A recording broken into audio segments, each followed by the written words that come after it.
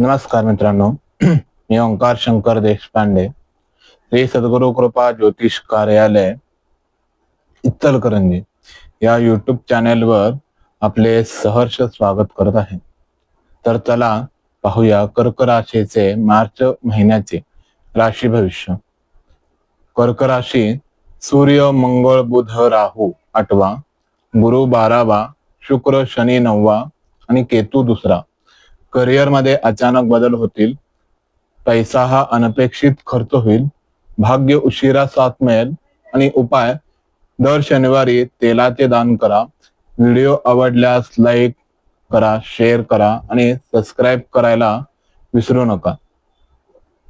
तसेच हे मार्गदर्शन जे आहे हे सर्वसाधारण असून सविस्तर कुंडली मार्गदर्शन साठी आपणास डिस्क्रिप्शन मधील व्हॉट्सअप नंबरवर संपर्क करायला हवा. शुभम भवतु. जय ज्योतिष.